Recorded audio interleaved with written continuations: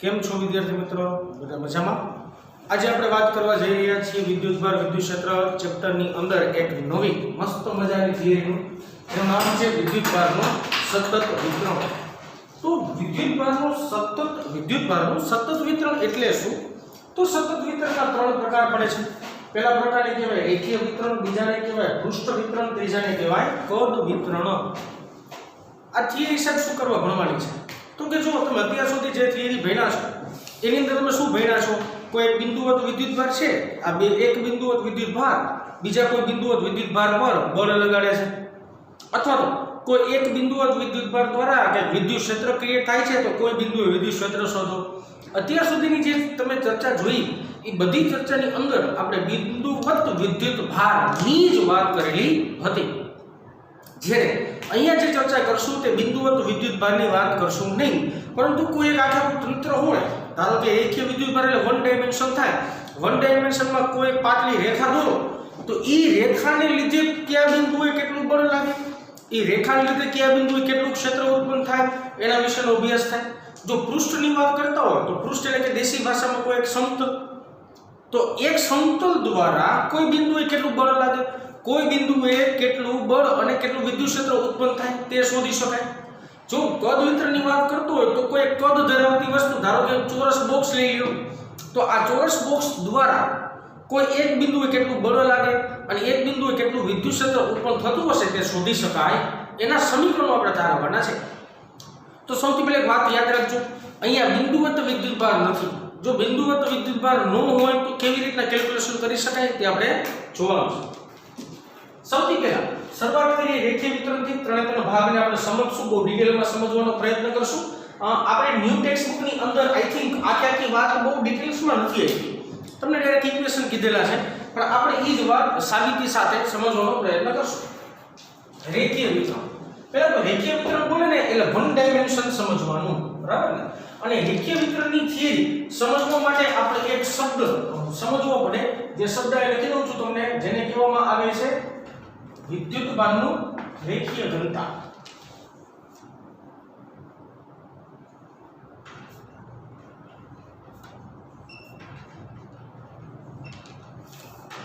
તમે બધા ઘનતા તો સાંભળી છે, પણ અહીંયા વાત આવે છે જે વાત છે રેખીય ઘનતાની. રેખીય ઘનતાને આપણે દર્શાવીએ છીએ લેમ્ડા વડે. કેના વડે દર્શાવશું? આપણે લેમ્ડા વડે દર્શાવતા રહીશું. હવે વિદ્યુતભારની રેખીય ઘનતા એટલે શું? જો મારે તેની વ્યાખ્યા દેવી હોય તો વ્યાખ્યા આવી રીતે દઈ શકાય કે એકમ લંબાઈ દીઠ વિદ્યુતભાર, એકમ લંબાઈ દીઠ વિદ્યુતભારને શું કહેવામાં આવે છે? વિદ્યુતભારની રેખીય ઘનતા કહેવામાં આવે છે. જો મારે આ જ વાત સમીકરણ ઉપરથી સમજાવી હોય તો સમીકરણ આવી રીતના બનાવી શકાય. વાક્ય રચના તમે જોવો એટલે સમજાશે. એકમ લંબાઈ દીઠ એટલે એકમ લંબાઈ એટલે લંબાઈ છેદમાં આવશે, વિદ્યુતભાર એટલે q અંશમાં આવશે. આ બંનેના ગુણોત્તરને શું કહેશું આપણે? રેખીય ઘનતા અથવા વિદ્યુતભારની રેખીય ઘનતા. આની ઉપરથી જો ના એકમની મારે ચર્ચા કરવી હોય તો એકમ બનાવવો પણ ઈઝી છે. જો સમજાવું કેવી રીતના. q નો એકમ શું બનશે બાળકો? કુલમ. લંબાઈનો એકમ શું બનશે? મીટર. તો ચાલો લેમ્ડાનો એકમ બન્યો કુલમ અપોન મીટર. હવે પાછા આપણે જે વાત હતી એ વાતમાં પાછા આવીએ. રેખીય વિતરણ સમજાવવા માટે મેં x અને y બે અક્ષ દોરેલી છે. આ છે એનું સંદર્ભ બિંદુ, અથવા તો આપણે સારી ભાષામાં તેને ઉગમ બિંદુ પણ કહી શકીએ. મેં કોઈ એક વન ડાયમેન્શનની રેખા દોરી છે. ધારો કે એક અક્ષને સમાંતર એક રેખા છે, માની લઈએ. સમાંતર તો ન બોલે, પણ છતાં એવું સમજી લઈએ કે એક રેખા છે. આ રેખા પર ધન વિદ્યુતભારનું સતત વિતરણ કરેલું છે. ધન વિદ્યુતભારનું કેવું વિતરણ છે? સતત વિતરણ છે. આ રેખા થી અમુક અંતર દૂર એક બિંદુ ધારું છું, એ બિંદુને આપણે નામ આપી P. મારે શું શોધવાનું છે? તો કે સાહેબ આ આખી રેખા પરના વિદ્યુતભાર દ્વારા P બિંદુએ ઉદ્ભવતું બળ કેટલું હશે? એ સમજવાની શરૂઆત કરીએ તેની પહેલા આપણે સિમ્પલ એક આ સ્થાન સદિશ વિચારીએ. ઉગમ બિંદુની સાપેક્ષે P નો સ્થાન સદિશ જેને આપણે કહીએ છીએ R સદિશ. હવે મને સમજાવો, જો મારે આખી રેખા દ્વારા અથવા તો રેખા પરના બધા વિદ્યુતભાર દ્વારા P બિંદુએ મારે વિદ્યુતીય બળ શોધવું હોય તો કુલમ્બનો નિયમ ન વાપરી શકાય. કેમ કુલમ્બનો નિયમ ન વાપરી શકાય? તો કે કુલમ્બનો નિયમ છે ને સાહેબ એ બિંદુવત વિદ્યુતભારો માટે છે. બે બિંદુવત વિદ્યુતભારો વચ્ચે પ્રવર્તતું વિદ્યુતીય બળ દર્શાવવા માટે કુલમ્બનો નિયમ છે. પણ અહીંયા તો બિંદુવતની તો વાત જ નથી, આખી રેખા ઉપર વિદ્યુતભાર છે. તો મારે સૌપ્રથમ શું કરવું પડે? મારે સૌપ્રથમ આ આખી એક રેખા પર એક સૂક્ષ્મ એવો ભાગ વિચારવો પડે. આ મારે ધારો કે સૂક્ષ્મ એવો મસ્ત મજાનો ભાગ વિચાર્યો. આ મેં સૂક્ષ્મ એવો જે ભાગ વિચાર્યો છે એ ભાગની લંબાઈ આપણે કહી દઈએ dl લંબાઈ. શું લંબાઈ કહી દઈએ? dl લંબાઈ. આ સૂક્ષ્મ એવા ભાગ પરનો વિદ્યુતભાર કોનો સૂક્ષ્મ હશે? જેને આપણે કહી દઈએ dq વિદ્યુતભાર. સાંભળજો, મેં શું કર્યું તો કે આ રેખાને સૂક્ષ્મ સૂક્ષ્મ સૂક્ષ્મ સૂક્ષ્મ સૂક્ષ્મ એવા ભાગમાં વિભાજિત થયેલું ધારી લો. બરાબર? હવે આમાંથી કોઈ એક સૂક્ષ્મ ભાગ લેવામાં આવે તો એને બિંદુવત ગણી શકાય ને. હું એમ કહું કે આ રેખાને 5000 કટકામાં વિભાજિત થયું તો 5000 કટકામાંથી એક કટકાને ઉપાડવામાં આવે તો એક કટકો તો બિંદુવત કહી શકાય. જો એક કટકો બિંદુવત કહી શકાતો હોય તો એના માટે આપણે કુલમ્બનો નિયમ વાપરી શકાય. કુલમ્બનો નિયમનો જે જવાબ આવે એનો શું કરી લેવાય? રેખા સંકલન કરી નાખાય. એટલે આખી રેખા દ્વારા તમને કોઈ પણ જગ્યાએ બળ મળી જાય. મેં જે સૂક્ષ્મ એવો ભાગ વિચાર્યો છે તેનું ઉગમ બિંદુની સાપેક્ષે જો મારે એનો સ્થાન સદિશ જોવો હોય તો એનો સ્થાન સદિશ આપણે કહી દઈએ ધારો કે r ડેશ સદિશ. આ તમે r1 ને r2 પણ કહી શકો, પણ હું એને r ડેશ સદિશ કહું છું. આ બંને સદિશને જોડતી રેખા જો દોરવામાં આવે તો આ સદિશ જે બને આ સદિશને પણ આપણે કહી શકીએ જેમ કે આપણે કહી શકીએ પ્રારંભિકમાં જ અંતિમ ભાગ એટલે r સદિશ માઈનસ r ડેશ સદિશ. હજી એકવાર વાત રિપીટ કરી કે મેં ભાઈ રેખામાં સૂક્ષ્મ લંબાઈના ભાગ ઉકરવા વિચાર્યા કે જો મારે બળ માટે કુલમ્બનો નિયમ વાપરવો હોય તો બે બિંદુવત વસ્તુ હોવી જોઈએ. હું તો એવું કહી દઉં કે P બિંદુની ઉપર P બિંદુ પર મેં Q જેટલો બિંદુવત વિદ્યુતભાર રાખ્યો છે. માની લો આ પર મેં Q જેટલો વિદ્યુતભાર રાખ્યો છે તો આ બિંદુવત વિદ્યુતભાર કહેવાય. જે આખી રેખા પર બિંદુવત વિદ્યુતભાર નો, બરાબર ને? તો આખી રેખાને મેં સૂક્ષ્મ ભાગમાં વિભાજિત થયેલું અને આ સૂક્ષ્મ ભાગના અથવા સૂક્ષ્મ બિંદુવત વિદ્યુતભાર દ્વારા આની પર લાગતું બળ શોધી લેવાય. પછી એનું શું કરી લેવાય? સંકલન કરી નાખો. સંકલન કરશો જવાબ કેવો મળશે? આખી રેખાનો તમને જવાબ મળશે. આવી રીતના ટેકનિકલી આપણે જોઈ શકાય. તો સૌથી પહેલા તો મારે શું કરવું છે?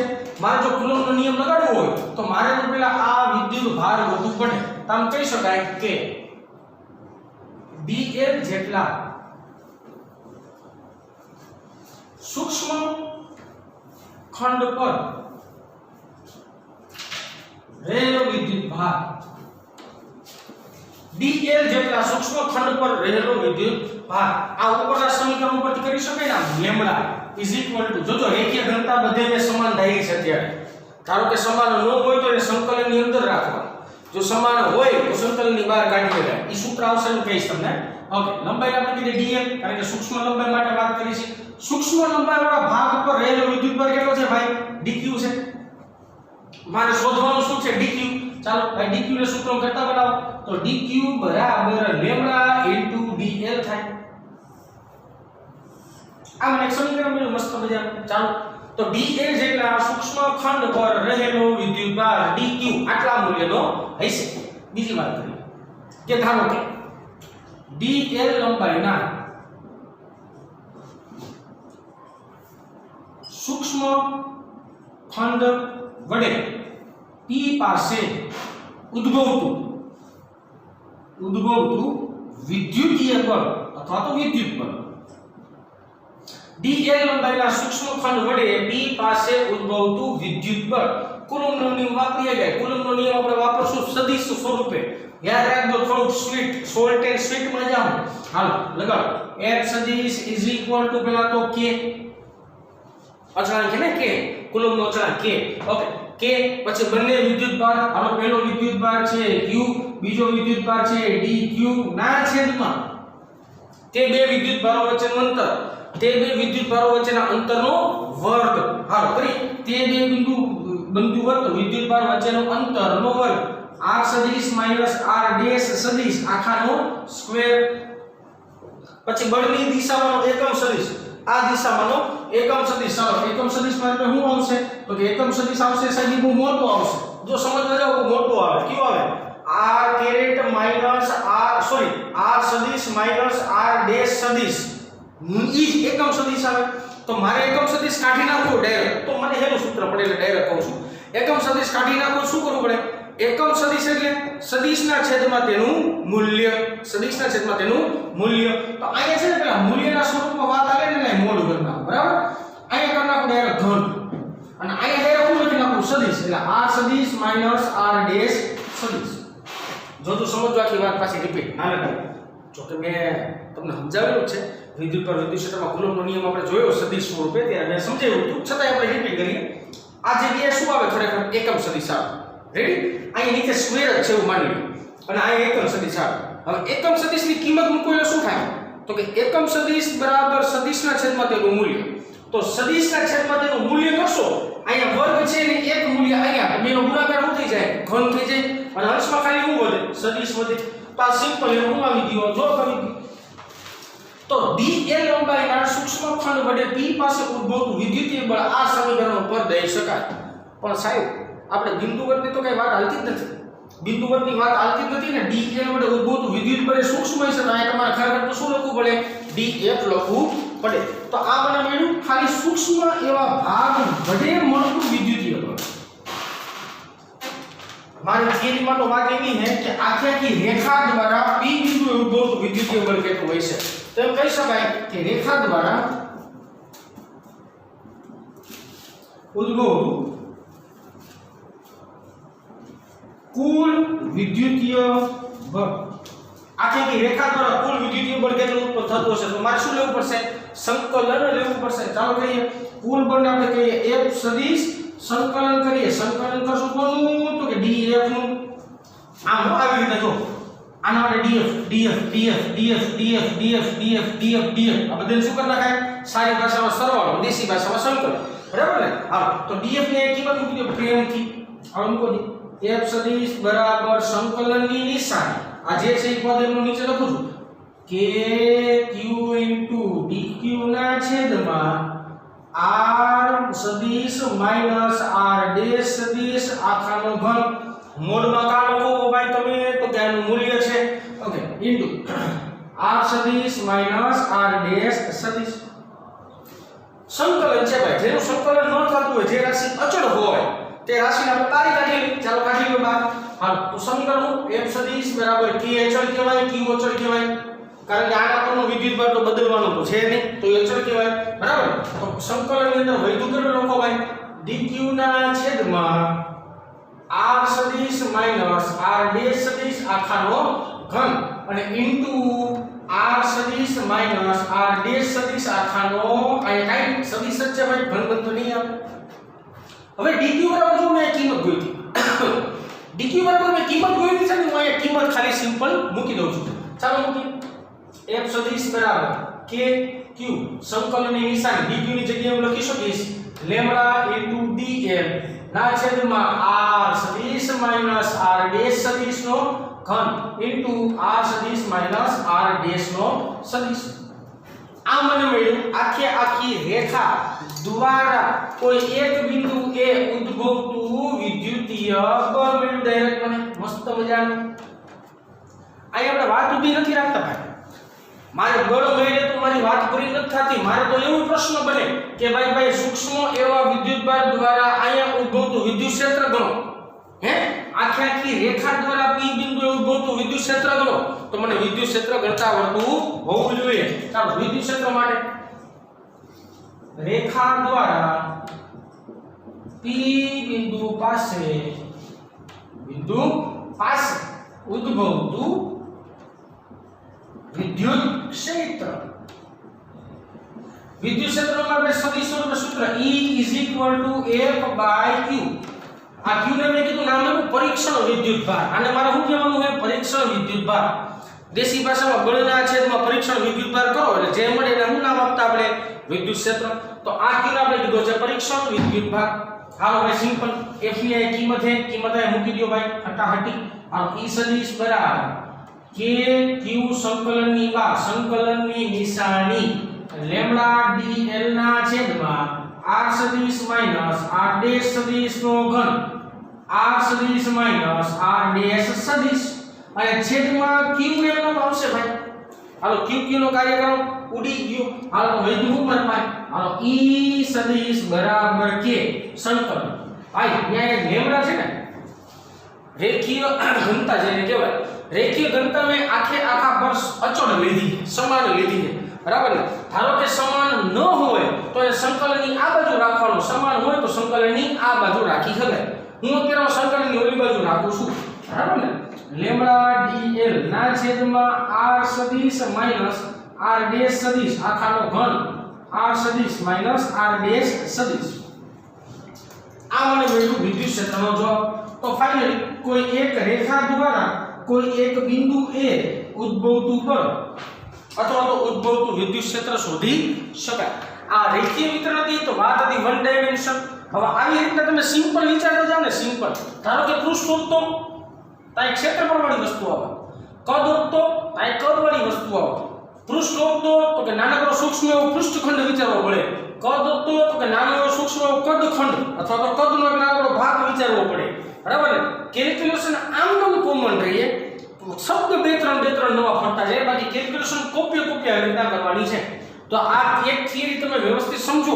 તો આના પછીની બે થિયરી તમને બહુ ઈઝી લાગશે બરાબર ને તો હવે આપણે વાત કરશું પૃષ્ઠ વિતરણની રેખીય વિતરણ જોયા બાદ આપણે હવે વાત કરવા જઈ રહ્યા છીએ પૃષ્ઠ વિતરણની તમારી પાછળનું જે બોર્ડવર્ક જોતા હશો તો તમને એવું થશે કે જે આખે બોર્ડવર્ક છે એ બોર્ડવર્ક તો રેખીય વિતરણ માટે જ લખેલું છે તો બાળકો તમને કહું કે રેખીય વિતરણ વાળી થિયરીની અંદર થોડાક ઘણા ફેરફાર કરીને જ પૃષ્ઠ વિતરણ બનાવી શકાય અને પૃષ્ઠ વિતરણમાં પણ થોડાક ઘણા ફેરફાર કરીને કદ વિતરણ બનાવી શકાય તો સિમ્પલ તમને આખી થિયરી મોડેલ લખતા આવડે એટલા માટે જ મેં ઓલ્ડ જૂનું બોર્ડ વર્ક એમને રાખ્યું છે અને એમાં કાંઈ પણ પ્રકારનો ચેન્જ કરતો નથી તો સમજતા જઈએ ચાલો શું વાત છે પૃષ્ઠ વિતરણ આવે તો સૌથી પહેલા અહીંયા શબ્દમાં જે નવો શબ્દ હું એડ કરું છું ને હું બ્લેક માર્કરથી લખીશ એટલે તમને આઈડિયા આવે કે કયો નવો શબ્દ આવ્યો અહીંયા લખવું પડશે વિદ્યુત ભારની પૃષ્ઠ ઘનતા હું જૂનો શબ્દ ભૂસતો જઈશ કે નવો શબ્દ સમજાવતો જઈશ હાલ વાત કરીએ છીએ વિદ્યુત ભારની પૃષ્ઠ ઘનતા અને પૃષ્ઠ ઘનતાને દર્શાવવામાં આવે છે સિગ્મા વડે કેના વડે દર્શાવવામાં આવે છે સિગ્મા વડે હવે પૃષ્ઠ વાત આવી છે તો મતલબ લંબાઈ શબ્દ નહીં આવે છે કે શબ્દ શું આવવો જોઈએ ક્ષેત્રફળ તો અહીંયા વાક્ય રચનામાં એક શબ્દ ફરી જશે શબ્દ ફરશે એકમ ક્ષેત્રફળ દીઠ વિદ્યુત ભાર સૂત્રની અંદર જો મારે ચર્ચા કરવી હોય તો લેમ્બડાની જગ્યાએ સિગ્મા આવે અને અહીંયા આવશે છેદમાં a એટલે ક્ષેત્રફળ હવે બોલી શકાય એકમ ક્ષેત્રફળ દીઠ વિદ્યુત ભારને શું કહેવાય વિદ્યુત ભારની પૃષ્ઠ ઘનતા એકમ બનાવીએ ચાલો q નો એકમ c એનો એકમ મીટર સ્ક્વેર આવશે હવે આપણે આવી આકૃતિમાં પાછળ શું વાત હતી તો કે ભાઈ મેં કોઈ એક ક્ષેત્રફળ ધરાવતું એક અનિયમિત આકારનો એક પૃષ્ઠ લીધું અને તે પૃષ્ઠ ઉપર સમાન રીતના સતત રીતના ધન વિદ્યુત ભાર પાથરી દીધો મારે શું કરવાનું છે તો કે આ આખે આખા પૃષ્ઠ દ્વારા P બિંદુ પર રાખવામાં આવેલા q વિદ્યુત ભાર પર અથવા બિંદુવત વિદ્યુત ભાર પર ઉદ્ભવતું બળ શોધવાનું છે આ આખે આખા પૃષ્ઠ દ્વારા આની ઉપર ઉદ્ભવતું બળ શોધવાનું છે મનમાં પ્રશ્ન કુલમ્બનો નિયમ તો નો હાલે કા તો કે કુલમ્બનો નિયમ હલાવવો હોય તો બે બિંદુવત વિદ્યુત ભાર હોવા જરૂરી છે તો હવે હું શું કરીશ તો કે પૃષ્ઠ જે ખંડ મેં આખો મોટો લીધો છે એમાં સૂક્ષ્મ એવો ભાગ વિચારે ધારો કે સૂક્ષ્મ એવો ભાગ બ્લેક માર્કરથી જે ઘાટો કરું સૂક્ષ્મ એવો ભાગ મેં વિચાર્યો આ સૂક્ષ્મ એવો ભાગને શું કરી શકાય બિંદુ વત્ત ગણી શકાય આ સૂક્ષ્મ એવા ભાગનું ક્ષેત્રફળ આપણે dA લઈ લઈએ અને આ સૂક્ષ્મ એવા ભાગની અંદરનો વિદ્યુત ભાર આપણે dQ લઈ લઈએ તો હવે આપણે એવું કહી શકવા જોઈએ કે સૂક્ષ્મ એવા ક્ષેત્રફળ ધરાવતા ભાગ દ્વારા P બિંદુએ ઉદ્ભવતું બળ કેટલું જે જવાબ આવે એ જવાબનું સંકલન કરી નાખવાનું સંકલન કરશો શું મળશે આખા પૃષ્ઠ દ્વારા આ બિંદુએ કેટલું બળ લાગતું હશે તે મળી જશે અને પછી આપણે વિદ્યુત ક્ષેત્ર શોધવાનું છે ચાલો શરૂઆત કરીએ dl જેટલા સૂક્ષ્મ ખંડ એના કરતા બોલવું પડે dA જેટલા સૂક્ષ્મ ખંડ પર રહેલો વિદ્યુત ભાર શું આવશે સિગ્મા બરાબર dA અહીંયા આપણે એવી રીતના ચેન્જીસ કરવો પડે અહીંયા ચેન્જીસ કરવો પડે સિગ્માનો અને અહીંયા ચેન્જીસ કરવો પડે a ક્ષેત્રફળનો dl લંબાઈના એની જગ્યાએ વાત આવી જાય તો વાત આવી કે આવશે તો કે dA ક્ષેત્રફળ ના સૂક્ષ્મ ખંડ વડે P પાસે ઉદ્ભવતું વિદ્યુતીય બળ. ચાલો વિદ્યુતીય બળનું કુલમ્બનો નિયમનું સૂત્ર છે dF, કારણ કે સૂક્ષ્મ ખંડ દ્વારા લાગે છે, બરાબર. ક્ષેત્રફળ ખંડ વડે એમ લખી શકાય, પણ આ વાક્યરચના સુધારી શકાય. dA ક્ષેત્રફળ ધરાવતા સૂક્ષ્મ ખંડ વડે, આ લખી નાખો dA ક્ષેત્રફળ ધરાવતા સૂક્ષ્મ ખંડ વડે P પાસે ઉદ્ભવતું વિદ્યુતીય બળ. dF = K Q dQ ના છેદમાં R સદિશ માઈનસ R ડેશ સદિશ મોડ અને આખાનો ઘન મૂલ્ય આવી ગયું, અને આ એનો સદિશ R સદિશ માઈનસ R ડેશ સદિશ. રેખા દ્વારા ઉદ્ભવતું કુલ વિદ્યુતીય બળ, કાંઈ લખવું પડે પૃષ્ઠ દ્વારા ઉદ્ભવતું કુલ વિદ્યુતીય બળ લખી શકાય. 1 બરાબર આખા સમીકરણનું સંકલન કરો. સંકલન કરશો તો જવાબ આને આ જ રહેવાનો, આને આ મીન્સ કે આ જવાબની અંદર કઈ વેરિએશન આવશે નહીં. અહીંયા આવી જાવ. ચાલો આમાંથી આ સમીકરણમાં મેં શું કર્યું હતું તો કે જે અચળ રાશિ હતી સંકલનની બહાર કાઢી તો kq બહાર કાઢ્યો. dq ના છેદમાં r સદિશ માઈનસ r ડેશ સદિશ નો ઘન, r સદિશ માઈનસ r ડેશ સદિશ. dq બરાબર શું લખી શકાય? જો આ dq બરાબર લખી શકાય સિગ્મા * dA. તો અહીંયા આપણે લખવું પડે સિગ્મા * dA. આ થોડું વેરિએશન આવ્યું. તો આ મેળવ્યું તમને ફાઇનલ આન્સર. આ જવાબની મદદથી આપણે કોઈ પૃષ્ઠ દ્વારા કોઈ બિંદુએ ઉદ્ભવતું વિદ્યુતીય બળ શોધી શકાય. હવે વાત કરવાની છે મારે સાહેબ આ સૂક્ષ્મ ખંડ દ્વારા આ બિંદુએ ઉદ્ભવતું વિદ્યુત ક્ષેત્રની, પરંતુ મારી પાસે જે બળનો જવાબ છે એ આખા પૃષ્ઠનો છે. તો હવે મારે સૂક્ષ્મ ભાગ મનમાં ન રખાય, ડાયરેક્ટ કોને યાદ રખાય? પૃષ્ઠને. આખા પૃષ્ઠની વાત કરી એટલે લખી નાખો પૃષ્ઠ. ચાલો પૃષ્ઠ દ્વારા P બિંદુ પાસે ઉદ્ભવતું વિદ્યુત ક્ષેત્ર સમીકરણ 5 છે. આ સમીકરણની અંદર ચેન્જીસ ખાલી કેટલો આવશે બાળકો? અહીંયા સિગ્મા આવશે, અહીં કેટલો આવશે? A આવશે. એવી રીતના નીચેના જવાબની અંદર પણ ફેરફાર કેટલો આવે? અહીંયા સિગ્મા આવે અને અહીંયા પાછો શું આવે? કેપિટલ A આવે. કેવો મારો મતલબ એટલો જ છે. મારે ધારો કે આખા બોર્ડ પાછું બનાવવું પડે તો બનાવો, એમાં એવું નહોતું. પણ કહેવાનો મતલબ શું છે કે જો તમે આવી રીતના જોશો તો તમને ડાયરેક્ટ યાદ રહેશે કે ભાઈ તમારે એક થિયરીમાંથી બીજી થિયરીમાં આટલું વેરિએશન કરવાનું છે સમીકરણની અંદર. ધારો કે આ મારે શું સમીકરણ મળ્યું? રેખા દ્વારા મળતું કુલ બળ, બરાબર. આ કે રેખા દ્વારા કોઈ બિંદુએ મળતું બળ જો રેખીય વાત આવતી હોય તો અહીંયા આવે લેમ્ડા, અહીંયા આવે l, બરાબર. પૃષ્ઠ વાત આવતી હોય અહીંયા સિગ્મા, અહીંયા આવે a. એનો મતલબ એવો થયો સૂત્રની અંદર તમારે બે જ વેરિએશન કરવાના, વધારે વેરિએશન કરવાની જરૂર નથી. એવી રીતના વાત થાય વિદ્યુત ક્ષેત્રમાં. આના પછી કદ વિતરણ પણ આપણે આવી રીતના જ ભણીએ, આકૃતિમાં ચેન્જીસ આવશે, પરંતુ સૂત્રની અંદર હું પાછો ભૂસતા સમજાવતો જઈશ. આપણે વાત કરીએ છીએ હવે ત્રીજા વિતરણની, જેનું નામ છે આપણે લખ્યું છે કદ વિતરણ. ચાલો બોર્ડ પર તો તમે જોઈ શકતા હશો કે પૃષ્ઠ વિતરણનું જ છે, એમાં મેં કાંઈ ચેન્જીસ નથી કર્યા, માત્ર એક આકૃતિ બદલાવવાનો પ્રયત્ન કર્યો છે. શું વાત હતી? સૌથી પહેલા વ્યાખ્યામાં આવીએ તો કે પૃષ્ઠ વિદ્યુત ભારની પૃષ્ઠ ઘનતાની જગ્યાએ શબ્દ આવી જશે કદ ઘનતા. હવે રેડ માર્કર જોવાની, અને જેને આપણે વર્ષોથી આપણે એને રો કહીએ છીએ. કદ ઘનતા શબ્દ ન બોલો, દેશી ભાષામાં ખાલી ઘનતા બોલો તો ઈ જ વાત થઈ.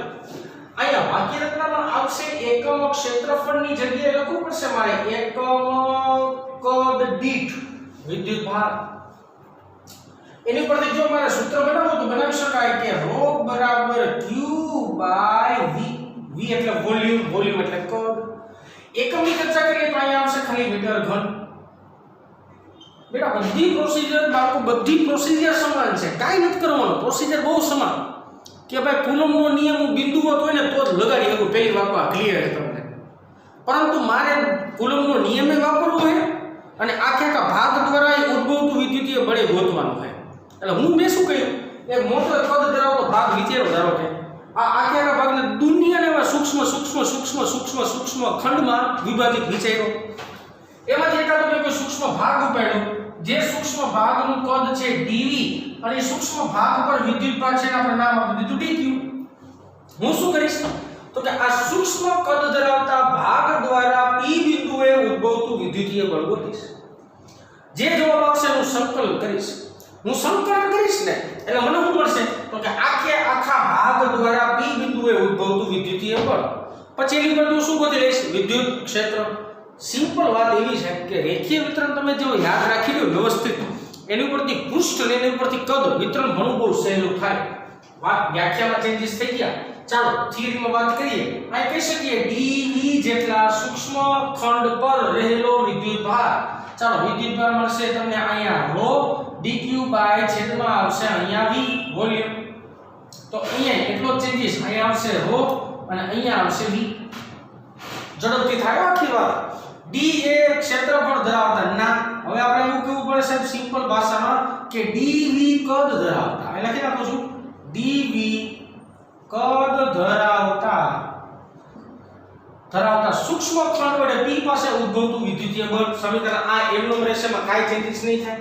અહીંયા શબ્દ ભેર નાખી કે પૃષ્ઠ દ્વારા ઉદ્ભવતું, એના કરતા લખી નાખીએ એમ કે સાહેબ કદ દ્વારા ઉદ્ભવતું કુલ વિદ્યુતીય બળ. આ કદ ધરાવતો કોઈ ભાગ છે એના દ્વારા ઉદ્ભવતું વિદ્યુતીય બળ. સમીકરણ આ સમીકરણ આ ચેન્જીસ આવશે ડાયરેક્ટ અહીંયા જો શું કરવું પડશે, મારે સિગ્મા જગ્યાએ મૂકવાનું છે સિમ્પલ ρ અને એની જગ્યાએ સિમ્પલ મારે મૂકવાનું છે v. વાત હતી પૃષ્ઠ દ્વારા p બિંદુ પાસે ઉદ્ભવતું વિદ્યુત ક્ષેત્ર, એના દ્વારા એમ કહી શકાય કદ દ્વારા. કદ દ્વારાનો મતલબ કદ દ્વારા એટલે આખા ભાગ દ્વારા, મતલબ આવો લેવાનો. કદ દ્વારા p બિંદુએ ઉદ્ભવતું વિદ્યુત ક્ષેત્ર. સમીકરણ અહીંયા શું ચેન્જીસ આવશે સિમ્પલ ρ અને અહીંયા શું ચેન્જીસ આવશે v. અહીંયા એવી રીતના શું ચેન્જ આવે ρ અને અહીંયા શું ચેન્જ આવે v. લ્યો આખી થિયરી પૂરી થઈ. કહેવાનો મતલબ એવો છે કે રેખીય વિતરણને બહુ વ્યવસ્થિત યાદ રાખવાની. જો તમે નોટમાં લખતા હોય ને તો શું કરે ખબર છે તમને, એક પેજ લેવાય, બરાબર ને.